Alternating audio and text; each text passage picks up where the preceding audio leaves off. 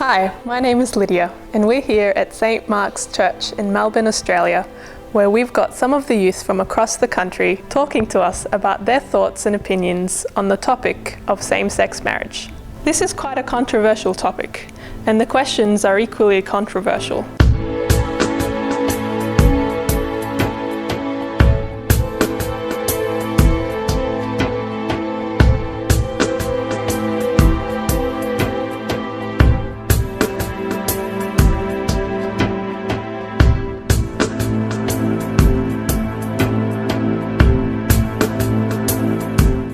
What do you think of the topic of same-sex marriage? I do think, however, it's more of a sociological issue than it is, like in today's society especially, than other domains. Overall, I definitely disagree with homosexuality. I disagree with a lot of the contemporary views against it. I think the topic of same-sex marriage has been misinterpreted by many people. A lot of people consider it a human rights issue, whereas it's got nothing to do with human rights. It's being broadcast and advertised as human rights, but at the end of the day, realistically speaking, the issue and the vote and what's going on around us is just an attack on Christianity. It's an attack to legalize something that Christianity does not accept and to force that upon people. People that want to live in that way of life are welcome to do so, but they don't need to enforce their opinions and their laws into the government law and into the laws of the Christian church, basically. I think I more have a mutual stand. I don't think it's actually a thing to go out and Bible bash people about what I think and what they think and how I'm right and they're wrong and stuff like that. I just don't think that's proper, and that's what Christ would have wanted us to do. They've given us the option to vote either yes or no. Other countries haven't had that option. So with this period of time, people have chosen sides. And there's people who are completely for it, and there are people who are completely against it. And I just hope that after the results come out, that we're still able to come together and be as like a one society, one community. I don't think that it should be legalized.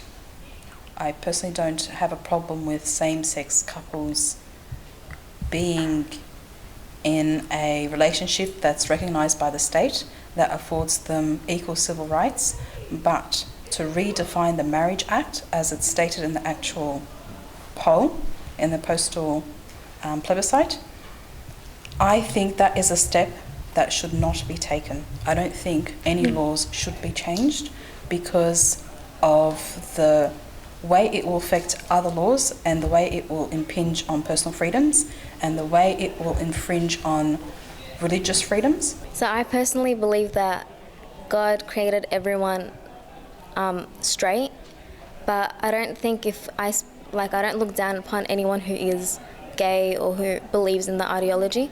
In fact, I believe that God loves everyone and that everyone should be treated equally. It's dividing the nation, and I think it's really important as Christians, not alone as Coptic Orthodox Christians, that we need to speak up and vote no in regards to this issue, because it's really going to be opening Pandora's box if it goes through ahead. There's a lot of shops now that have the rainbow colours and all that stuff. Like, how are they going to take customers in who voted no? Say, for example, I'm wearing a cross and I walk into one of the shops that are promoting the yes vote, and the no vote has won. How am I going to be treated? It's actually a religious sacrament, and what they practice is not really in line with pretty much any religion. So my thoughts are, why should it be legal if they already have pretty much the same rights as those that are married anyway? I'll say no for same-sex marriage. It's against my religion, it's against my culture, and also it's just against all the human being, because when God creates humans, he creates male and female. He didn't create male and male. And of course there is a reason behind that. So you have to stick to what you believe, not just because we are in the 21st century and some people just come up with idea to legalize the same-sex marriage, then we have to say yes, no, it's not gonna work like that. How do you handle people disrespecting you for your beliefs on same-sex marriage? I must admit I haven't really been disrespected so far, so thankfully. I guess I do see an issue how it's a one-sided argument. I mean, if you look at shop fronts these days and you see how there's always a vote yes, I'm just trying to imagine if there was just a vote no poster, would that shop front still be as it is, or would there be something totally sort of different there? Personally, I haven't dealt with anyone who's homosexual, but at university, all my friends agree and have voted yes to same-sex marriage, and by me voting no, I am kind of like an outsider that my ideology, that I'm not giving them an opportunity to express their love. I have handled a bit of backlash, walking through the city, people handing out vote yes, and when I said no thanks and they noticed I was wearing a cross, they were like, oh, you Christians, oh, you're so homophobic, that's why you're voting no, and they kept hitting me with all these things, and me only being 19, I don't really like expressing my opinion to other people, knowing it's just going to cause arguments and stuff, pointless talk. I just slowly walked off, and I think that's probably the best approach to people who just want to argue with you, and it's not going to change either my stand or their stand.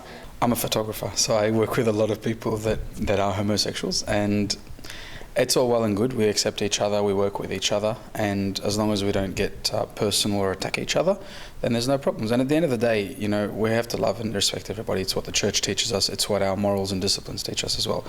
So we accept everybody. I personally accept everybody, but I don't have to accept their belief, just as they don't accept mine.